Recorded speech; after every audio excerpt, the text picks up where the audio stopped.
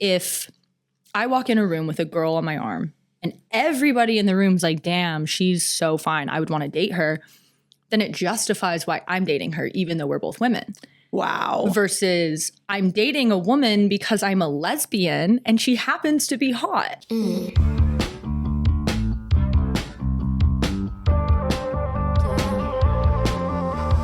Welcome back to Bait It Out. Today I'm here with Liz Tracy, and we're talking about internalized homophobia and how even when you grow up in a city that is so open with a family that's loving and accepting, it can still be so hard to face your sexuality.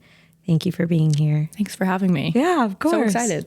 Let's just start with your childhood. Where did you grow up and what was the gay representation like? I grew up in a suburb of Seattle, so super progressive. I mean, it was never a big deal to see gay people. There's been, so much pride forever, even since I was little.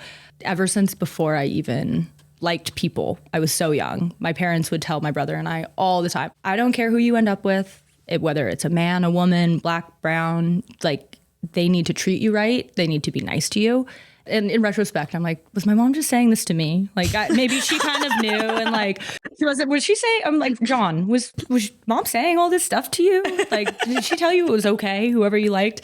I would say it was tough that there were no openly gay people in my community that we knew of. And like, if there was one, they were known as, the gay kid, that one gay kid in our high school. No women. I don't think I met a lesbian until I got on the internet, in my teenage years. So I think that lack of representation was definitely something that made knowing what I was hard, being okay with it. I spent so much of like my childhood wanting to fit in. Like I played all the sports. I tried really hard to like be the funny like friend. And I had taken on this assumption that as soon as somebody comes out as gay, that becomes the main focus of their identity. They're no longer the funny friend or the athletic friend. They're the gay friend. And I just couldn't even like stomach the idea of I've worked so hard to be this Liz, to be all these different things. And it's not fair that something that doesn't impact anybody else is now going to be the only and first thing people think of when they hear my name. Yeah. When did you realize that you were gay? I think it really started with such an innocent feeling where I would watch like hetero relationships on TV or even just experience them in my life and be like, ooh, men aren't very good at this. Like I'm like, that was such a lame like flirt line, or like, oh, like it looks so cute when like guys will hug girls from behind at like Disneyland and like standing in line at roller coasters. Like I just always was almost envious of like how men could interact with women. And it didn't feel like I want that. Like I want a boyfriend to hug me at, Space Mountain line. Like I was like, I could do that better. I just don't know how to get a chance to do this. Like I want to be the man in the relationship, but I don't want to be a man. And it was sort of like that at first. It had nothing to do with like, ooh, like I like women. It was more like, I just think I would be better at this than boys are. Well, why don't I just do it? She's the man. She can go out and be on the Illyria soccer team. I can make a little fake Tumblr, like throw on a hot guy. I know plenty of hot guys. I've got this. Where did you get the thought to do, was catfishing like a thing yet? Thank God, no. Like I got away with it for as long as I did because it wasn't a thing, right? Like it's funny. The first time I catfished somebody, I remember it vividly. I catfished using Taylor Lautner's photos. What? He like wasn't that big of a deal yet. Like Twilight hadn't even come out. Okay. And so I'm like posing as Taylor Lautner and I just started chatting with this girl. I remember her name. Her name was Caitlin. And like DMing. Yeah. Okay. And she was like, I'm just having such a hard time believing that like you're Taylor Lautner. And like, I don't know how I just like got her to believe it. And like, it went so far. Like we would like be on AIM. Do you remember like AOL Instant Messenger? And like, she would go on camera. Like we would like video chat and I would be like, oh, I don't have a webcam or whatever the excuse was. Oh, and this was before Snapchat, before Instagram, like before any like checks and balances. Yeah.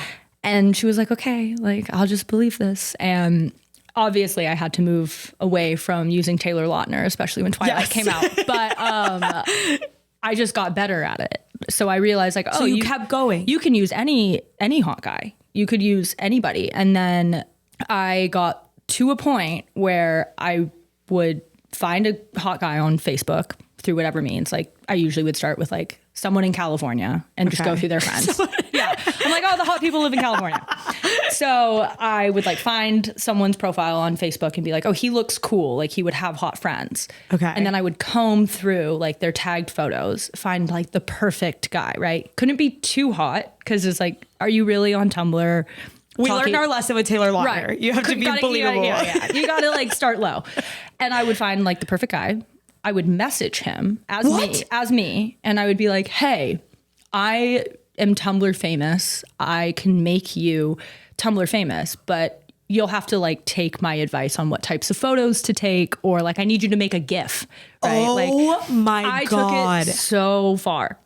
And these boys with their big egos would be like, oh, I could be Tumblr famous. Like how many people do you think will see it? And I'd be like, at least 10,000. Like, just take a photo like this. Oh my God. They would do it. And then, you know, people on Tumblr would be like, I think that this guy is fake. Like, take a GIF, make a GIF of yourself doing this. And I would just go to them and say, okay, I need my next bit of content, and like would do that. But it wasn't about like amassing followers, or like, it didn't feel good to me, like deep down, that like I might have had a lot of Tumblr followers, but they were following who they thought was a man. And like, I was lying to everybody about it. But like, what really was doing it for me was that I was making connections. Like I was having these online relationships with women, even if it wasn't me. Like it still gave me the feeling of I'm texting a girl good morning. I'm having a girl text me good night. Like, what was your end goal with these people? Like, where did you think it was going to go? Oh my gosh. I don't know that I ever had an end game. Like, I remember that being a tough part about it, because as much as all of this was fake in the nature of it, it was still very real to me. Like I was crying over these girls, and I was going to thrift stores to pick up sweatshirts and then going to Abercrombie and spraying them with like Fierce, because I wanted to send them like my hoodies, and like I wanted it to be real so badly. And that's something that would really kind of eat at me, was like, I remember being like, it doesn't matter if it's working. It doesn't matter if they believe me. This can never go somewhere that I want it to, because I will never get to experience this until I decide to be brave enough to go experience this. And there was never an aspect of me that wanted to be a boy for like any reason other than like, I want to be with women, but I don't want it to be because I came out. I don't want to be with a woman and be a woman. I want to be a man, so it's just simple to be with women. Like it was either like, I just wish I liked men and was straight, or I wish I was a straight man and could be with women in a very easy, traditional way. So I think that was a big problem, was that there was no end game. And that made it worse. Like the fact that I was doing this and getting something out of it was almost perpetuating like, okay, well, I guess for the rest of my life, I'll just catfish, and that'll be my outlet. While in the real world, in my real life, I'll just date men and I'll get what I need from catfishing, basically, like talking to women. And obviously that never would have worked. Now we have Snapchat and FaceTime and Eve and an entire show, a franchise around these. Isn't it interesting though? Like, when you watch catfish, 98% of the time, the person is struggling with their sexuality. Yeah. And I just want to give all of those people a hug and be like, I know that you let this get too far. Right. Things went too far, but I also see you. And I don't think that this just means you're sociopathic or, you know, you have identity issues. Like we do. We have identity issues with who we are. It has nothing to do with, I'm making this profile and I'm going to bully this girl and I'm going to get her to fall in love and I'm going to break her heart because she was mean to me at school. Like, no, I never would have done that. It was all just about like bargaining with my own sexuality. Wow. Yeah. What was the like catalyst to stopping? So Tumblr kind of introduced gay girls to me. There was plenty of straight girls and gay girls on Tumblr. And I was catfishing like on Tumblr. And I ended up catfishing this like really pretty girl, and we would like text. We had exchanged like what you can when you're still a catfish. And then I realized after talking to her for a couple months, the bitch was gay. Like, she liked women. She wasn't talking to me as like a hot guy because she was interested. She just like, it was more of like, on Tumblr, you would kind of like promo for promo, right? You would help people like get their stuff out there. Okay. So she didn't care about men. She was gay. And I was like, oh my God, now I'm trapped, because I would love to like introduce myself to her and be like, oh, like I'm Liz, like I like girls, but she already has my phone number. How am I going to talk to her without telling her that I tested the waters with her already as a boy, realized she liked girls, and then backpedal? I thought about you need a new phone. I thought about changing my phone number. I had had my phone number for what, 5 years? Like, I was going to change my phone number just to talk to this girl. Wow. So I make like a fresh Tumblr, and it's me this time. And I ended up like following her, like she follows me back. We're kind of DMing for a little. And then eventually she's like, I really want to text you, or I want to call you. What's your phone number? And I kept beating around the bush. Oh no. And finally, after being kind of patient with it, she goes, can I ask you if you're not giving me your phone number because you know I already have it? And I was like, you do. And I know that you know. And she was mad, and it took a minute. It took a while. And then she chose to forgive me. She ended up being my first girlfriend ever. That was my first girlfriend. And once I finally broke that like threshold of like, I can get a girl as a girl, even if I still keep it separate and secret from my real life. Like she lived in Pennsylvania. And so it was like an online easy. As a 15-year-old person, I was flying across the country. What? To go hang out with my friend that I met on the internet. Wow, what a story. What a first girlfriend story. Oh my God. That was the first girl I ever slept with. And when I tell you, in Jersey, we like stayed in her little mother-in-law suite. So we had some privacy, and like we had sex for the first time. I never even had sex with a boy at this point. Like, this was my first everything. And we finished, and she had fallen asleep. I laid there in the dark, like I was in a coffin, and just was staring at the ceiling, thinking to myself, calculating, if I leave my shoes and I run, I just leave this apartment and I run down the street barefoot, how far do I think I can get before she wakes up and realizes I've left? Gay panic.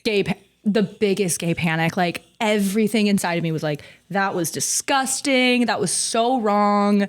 You feel so icky about this. Like, wow. Maybe you're not gay. Like, maybe it's just like, maybe you do just get something out of talking to women, and maybe you don't really want to be with them. Wow. Even though like during the sex, I didn't have any of these thoughts. Like, I was just into it. I was just excited. But afterwards was scary. Yeah. It was gay panic.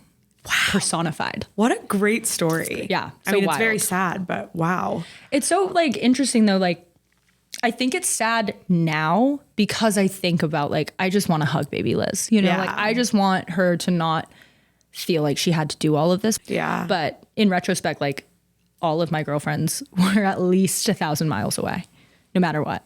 And I've worked on it in therapy of wondering like, is it so ingrained in me now that even though I don't feel the need to keep it far apart for like secret purposes, it's just how I have always dated. And so naturally that's like, I'm like, distance ain't nothing, you know, like it's what you're comfortable with. Right. Like, most of my girlfriends are from Hawaii. I dated a girl in Vancouver, Canada when I lived in Seattle. And I would tell my parents, I'm going to go sleep at my friend's sorority. I would tell my sorority girlfriends, like, I'm going to stay home tonight, just not feeling like coming to town. I would cross the border. Oh, I would drive up to Canada, Liz. cross the border. The border people would be like, okay, what's your business up here? And I'm like, meeting a friend from Tumblr. And they're like, okay, when are you going to be heading back? And I'm like, like 5 hours. And they're like, you're coming just for like dinner? And I was like, yeah. Like, the border people thought I was sus. Even the border people were like, they did not want to let me cross the border. They're like, there's no way you're doing this to meet up with an internet friend for dinner. And like, I totally would. Do you think in a way that was still part of the internalized homophobia, like still part of the shame? Oh, it was oozing in shame. Like in Canada, and this was my first love, like the first person I truly was like, I want to come out for you so badly because I'm so you proud still of weren't you. out at this point. No. And like, she was the best. Like she was so patient and she would always tell me like, you don't have to come out ever. We could wait until our wedding. And then your coming out could be the fact that I'm the one standing at the other end of the aisle. I don't care. She would ask like, are you okay, comfortable if I hold your hand? And like in a different country, I'd be like, you can hold my hand, but like in my jacket pocket. Like I would have my hands in my pockets and she could put her hand in and like hold my hand. And I think that was all, again, like the bargaining where I was like, okay, I'm going to do this now. I'm going to date girls, but they're going to be so far away that it's the only point of me being in these obscure locations is to just be secretly with them. Which even if I didn't realize it, perpetuated like my fear that like, okay, we're too scared to come out. So let's just keep living life like this, compartmentalized so deeply that I like never even saw a way out where I was like, this is how we'll just have to function for the rest of our lives. Like, and because I was thinking that way, it wasn't leaving a lot of space for me to be thinking of any other options. Like I wasn't thinking you could just come out and date someone in Seattle. Right. You could come out and stop feeling the need to truly keep girls at a distance. Cause like that was literally what I was doing. Right. Where I wanted the best of both worlds. I wanted to be straight in my hometown, but I wanted to also get these experiences. So even though nobody was making me do any of this, like it was myself kind of like perpetuating, like, this is what has to be done. Yeah. There's no other options. I mean, Matilda's aunt always says that the root cause of everything is repressed sexuality. And I don't disagree with your aunt. I mean, shout out to Barb. You're right. Barb couldn't be more right. If she's looking for, therapy clients, sign me up. Like Barb is on something. Yeah, it's interesting like to hear you say like repressed sexuality, because I feel like simultaneously my sexuality is not at all like the crux of who I am. But at the same time, so much of my life and my journey and my experiences have been shaped by my own repressed sexuality, which is like the hardest it's like a part, self-fulfilling right? prophecy. Yes. Like I didn't have an environment where it was obvious why I was keeping myself contained and keeping myself a secret. And it's so interesting now to be an adult and realize like, I love myself. I really do. But at the same time, I'm like, damn you, Liz, like look at how much you put yourself through. Right. All on account of you. Like, well, it came from somewhere. Right. It's not all you. I mean, I think like, even though it wasn't in your family or like right in your face, society is beating it into our head from the day that we're born that we have to be straight. Totally. And even like just having straight parents affects the way that we feel when we're different. Or there's so many microaggressions. Like the microaggressions. I was a softball player. Just, Also, I played basketball. So just right there, I was low hanging fruit. And you would hear all the time, like these microaggressions about softball players, like not all softball players are lesbians, but all lesbians play softball. And, there was a saying, what was it? It was like, no bow, lesbo. So like if you didn't have like a bow in your hair, then like you were one of the gay, softball players. And I didn't have a bow because like that was out of my comfort zone, like meanwhile, half the time I'm Ryan, like Ryan wasn't going to wear a bow. Ryan is not wearing bows. No. And it wasn't so much like, oh, I'm going to like out myself for playing softball. It was more like if being a softball player is already enough to evoke these jokes for people to be like, oh, dyke, lesbian, butch, like such negative connotations just around a sport. I was like, yikes. Well, now I can't play into this stereotype. I can't make them right. Like it was very like, I projected a lot. So I would like call my friends lesbians, I'd be like, oh, you're gay. Or like, I would like think it was funny to like post a status from my friend's Facebook and be like, oh, like I'm a lesbian.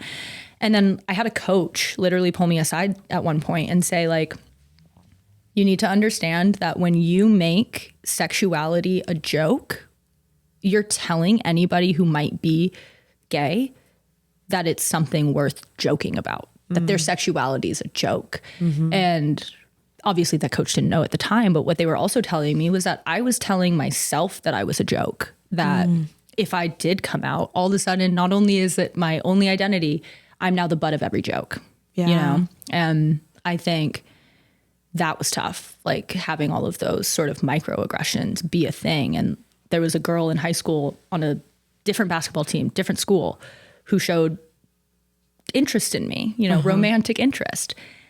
And it became a huge deal. At the school, like in your school? Yeah, like, I mean, people, when we would play against their school, like it almost felt like people were coming to these games to watch how she interacted with me during the game. And like, it was something where I was like so conflicted with so many things. Like I was so excited that a girl likes me, and like I really wanted to explore that, but God forbid, like it got out to either of our schools, and like I would meet up with her super secretly, like at night. And again, like almost perpetuating my feelings of like, okay, this is what we've always known. You do things in secret.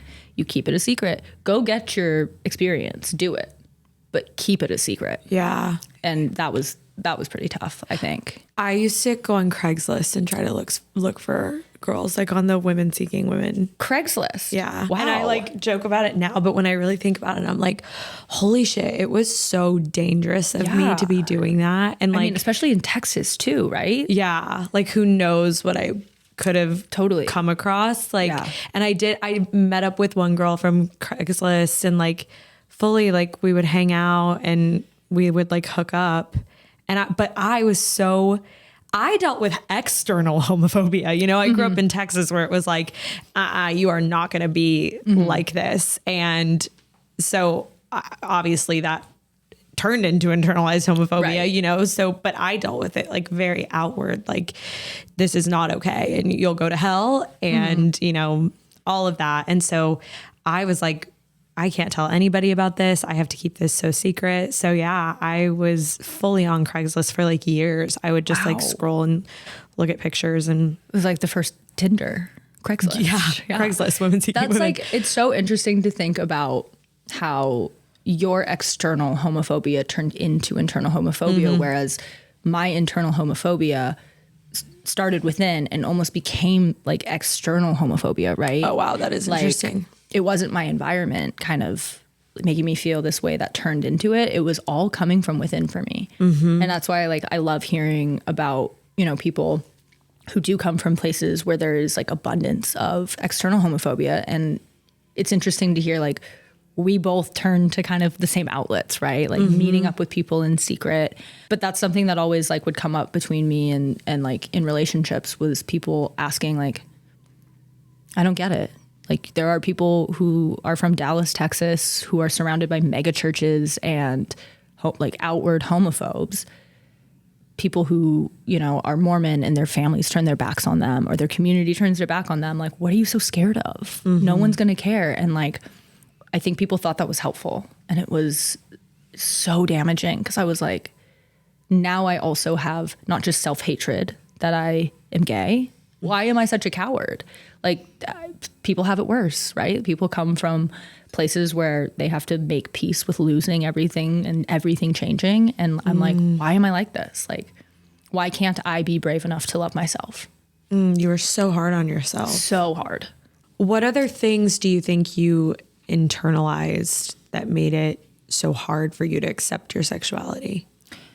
Something that I never would have realized without therapy, or without looking so deeply inward and outward even at what created so much of this fear, was my parents are, my dad is white, but my mom is Japanese, and the Japanese culture is very specific, you know, like it's very modest, it's polite, it's not showy, right? You're never talking about like yourself with Japanese culture, and, you know, you're not giving yourself props or anything like that. It's very modest. And I think I equated a lot of that culture and that feeling with, I don't ever want to bring shame to my family. Like, I thought of my sexuality as something to be ashamed of. To be different is to stand out. And to stand out in Japanese culture is not right. And that's what I told myself, that I don't want all of the attention being on this thing, because then it's making my family different, where I am now this way or whatever way. And I think that kind of like started my whole like, okay, well, I better just fit in. Wow. And then it got worse. Like, it became this thing where I would have maybe somebody give me some advice and say like, don't you think you deserve to be happy? Like, regardless of what that is or what that looks like for you. And then it would come back to this feeling of like, but to put your own happiness first is so selfish, because that's what we're, taught. That's how we're raised. Like, as like a Japanese culture, it's like, put other your family's happiness should be paramount, right? And then when you have your own family, like, you put your kids first and you make sure everybody is taken care of. And to outwardly just say, I deserve to be happy, even if that means somebody else isn't happy, that's unheard of. Absolutely not. Like, can't do that. And so I think I internalized that and applied it to every aspect of my life, but especially the one aspect of my life where I was like, this is different, this is shameful, and this will prevent my family from having the happiness that they deserve, because they now have this black sheep, right? Yeah. I'm gay, and now it's going to impact everybody in my family. I don't deserve to be happy, and if my happiness means coming out, I don't deserve that. That is just so interesting, because coming out and that whole process is a process of self-love and putting yourself first. So that makes so much sense to me, why it took you so long, or you had to overcome kind of that part of your culture and your family. Totally. To be able to lean into that. And it's a very selfish process. It is. And it should be. Yes. But I think straight, gay, anything, it takes a minute, or like it takes some like exposure for us as we get older and become adults to realize that we can be selfish, and that sometimes being selfish is selfless, because if you're not putting yourself first, you're not your best self, how are you giving yourself to your friends or to your partners or to your family when you're not showing up for yourself? Right. And therefore the best version of you is not there for the people that you love, that you inevitably believe deserve the best of you. Yeah. And you can't give that if you're repressing yourself in any sort of way. And like, don't even get me started on like how long and impossible it feels to ever truly love yourself and also want to keep this secret. So coming out is almost, for me at least, it was sort of a prerequisite to unlocking like a new level of self-love that I genuinely didn't think existed. I'm like, oh, this is all like bullshit. Like, people like, oh, I love myself. I'm like, yeah, I'll look in the mirror every now and again and be like, you're fine. Wow. And that's self-love. But like, it never even occurred to me that you could love yourself for who you are, not just like who people think you are. And that was where I was so like, my wires were so crossed. It was like all of my self-love was based on how much other people loved me, but how much other people loved me was all based off of these facades. So it really like ate away at me being able to like, I was trending the wrong direction. Right. Where the longer I kept the secret, the more I realized I could do it, the more I was like, oh, these people love me. And like, that would change if they knew I was gay, but thank God I'm so good at hiding it. And that like chipped away at my self-love, because it was like, it was almost fake, right? Like these feelings of people loving me felt fake, because I was like, they don't actually know me. And if all of how much I love myself is based off of how much people who don't know me love me, where's the self-love, right? Yeah. These people don't know who they're loving. And I was like, how will I ever know who I love within myself if I don't start to break down this super strong false narrative that I've been telling myself? Like, you would hear all the time from people like, the right people will stay. The right people will stay. But to truly live that and have to take that gamble with people that you've cultivated relationships with for years is so scary. And I know like it's scary for everybody in their own way, but you know, when your self-worth is riding on how much the relationships in your life love you, it's terrifying to put that at risk, or what you think is risk. I think that's something that a lot of us queer people can relate to, because I was feeling that with living in Texas. It was like, if all of these people knew who I really was, they would literally think that I'm going to burn in hell. And so how can I ever turn to them and be like, yeah, I'm gay. And I had to leave the state. Right. I had to get away from all of those people and basically say, I don't care about them anymore. Like I had to go so far on the other extreme and get away from them to be like, it doesn't matter if they ever care about me or if I ever even see them again, you know, to be able to then go and figure that out and learn to love myself in that way. Have you, since like obviously now with like social media and everything, it's pretty like clear, but did you ever go back in terms of coming out to people in Texas? Because yeah. And those were the last people I came out to, was the people in Texas. Like, I think that's like a pretty common experience that I've noticed too, is like, I reached a point where I was like, okay, it's no longer a secret. So I'm meeting new people. I'm gay. Love to say it, love to share it. Like, great. And then it was like, all right, I'll the next wave was like, I'll tell people in college who haven't known me for that long. And then it was like the last two people I ever formally came out to were my brother and my dad, because I was like, you've known me the longest. It's going to be the hardest to now backpedal on who I am. And like, now I don't want you thinking that the past 27 years have been a lie, you know? And I think that's like a really interesting one, where it's easy once you like come out to start telling new people that you're gay, it's way harder to go back and change what people now know you as versus what they thought they knew you as. Yeah. I think I had to really build up an armor of self-love and just be like, I am okay with this within me. So no matter what you say to me, I'm going to be okay, because I know that this is my truth and I'm okay with it. But I think it was important for me to take that space and really be okay before I went back to those people and was able to take in their opinions and feelings, you know? And I think that is, we could use so many adjectives for it. I think that's a hard part. That's a scary part, but it's also such a beautiful part of coming out, is that it forces us as gay people to look self-love square in the eye, right? Like we all get to it in a different capacity at a different time in a different way. But what it really does is to come out requires a level of self-love that I think straight people have never been forced to that moment of like, will I really keep denying myself enough self-love to not speak my truth, even if my voice shakes?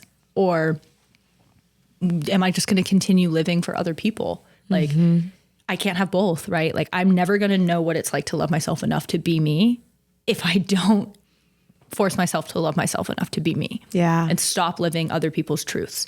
And that was kind of the only thing that there was. The scariest thing to me was coming out. Like, I used to like lay awake and want to die and be like, if anybody finds out that I've kissed a girl, like, that's it for me.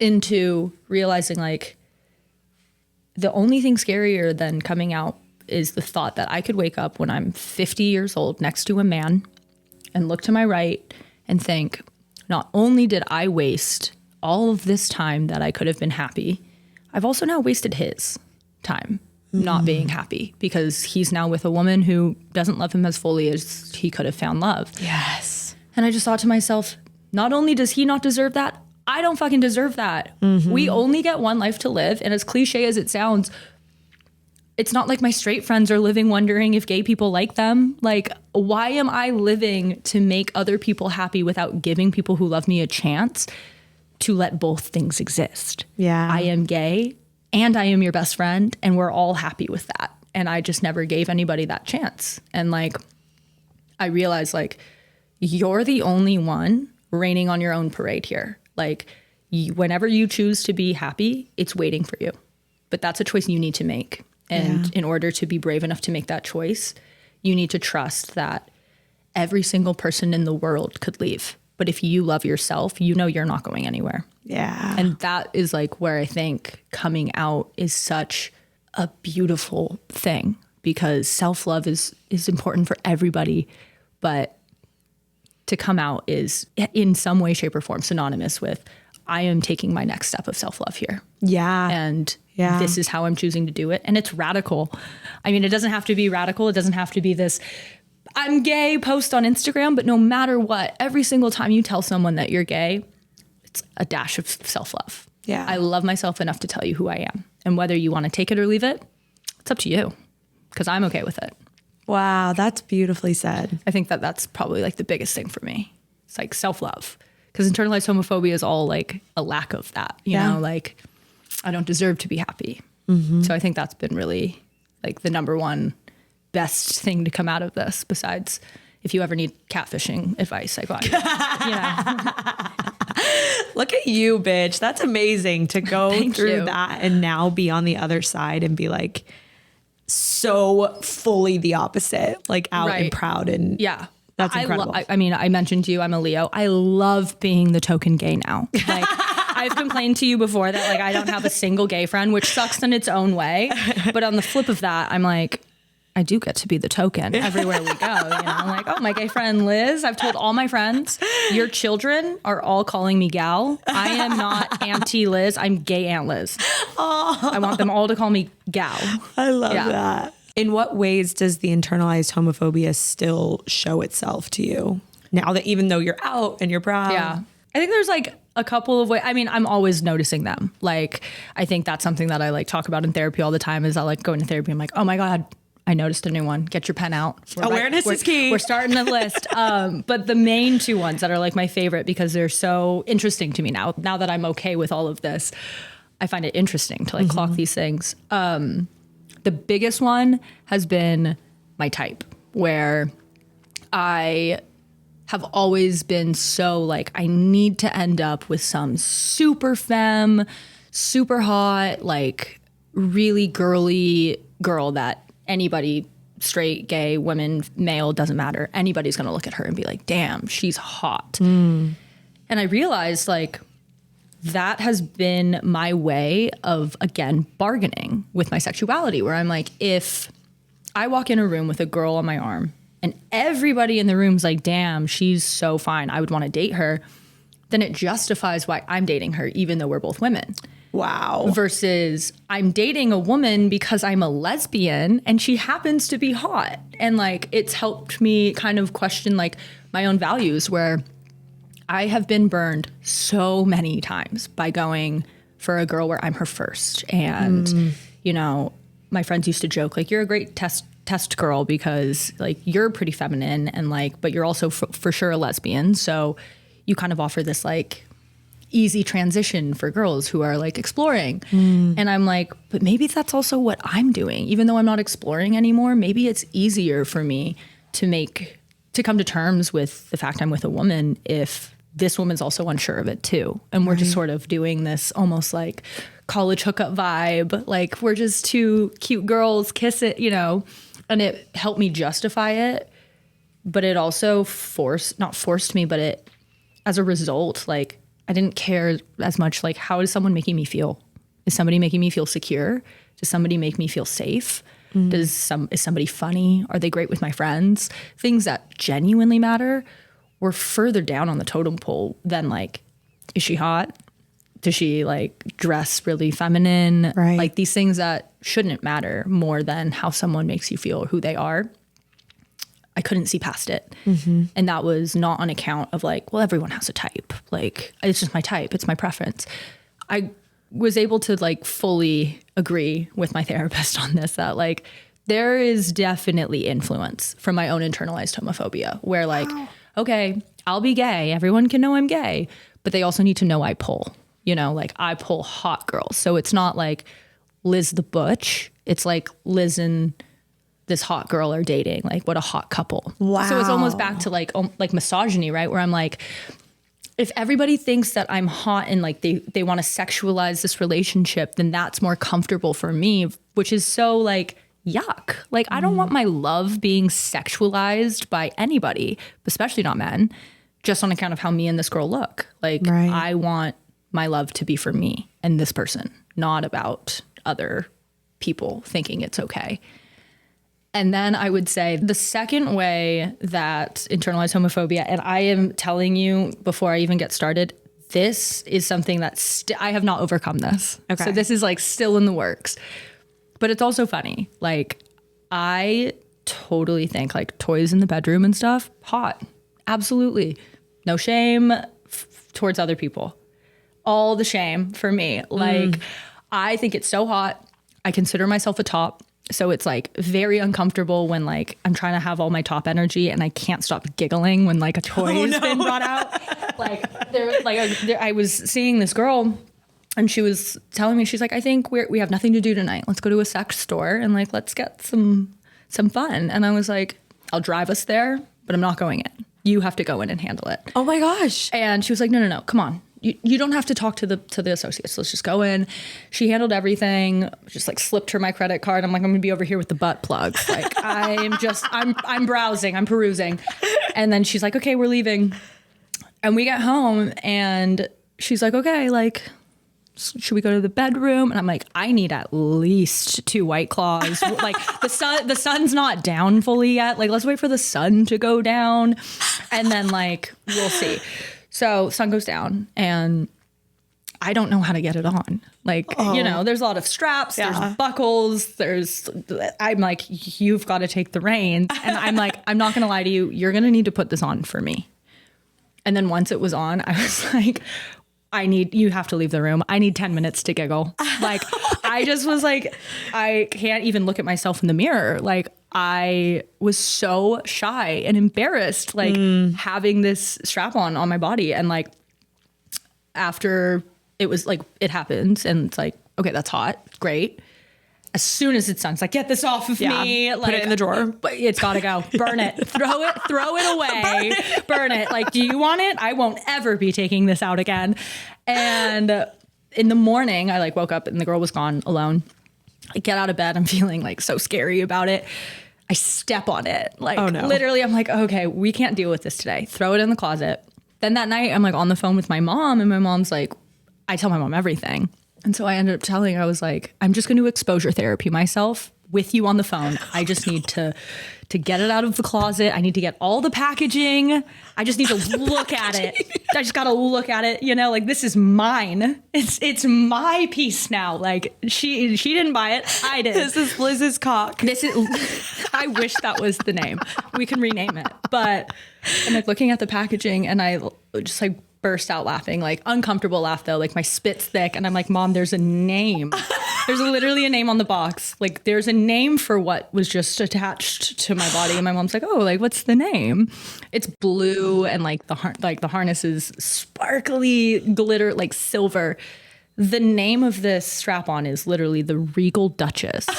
And I'm like, oh my God.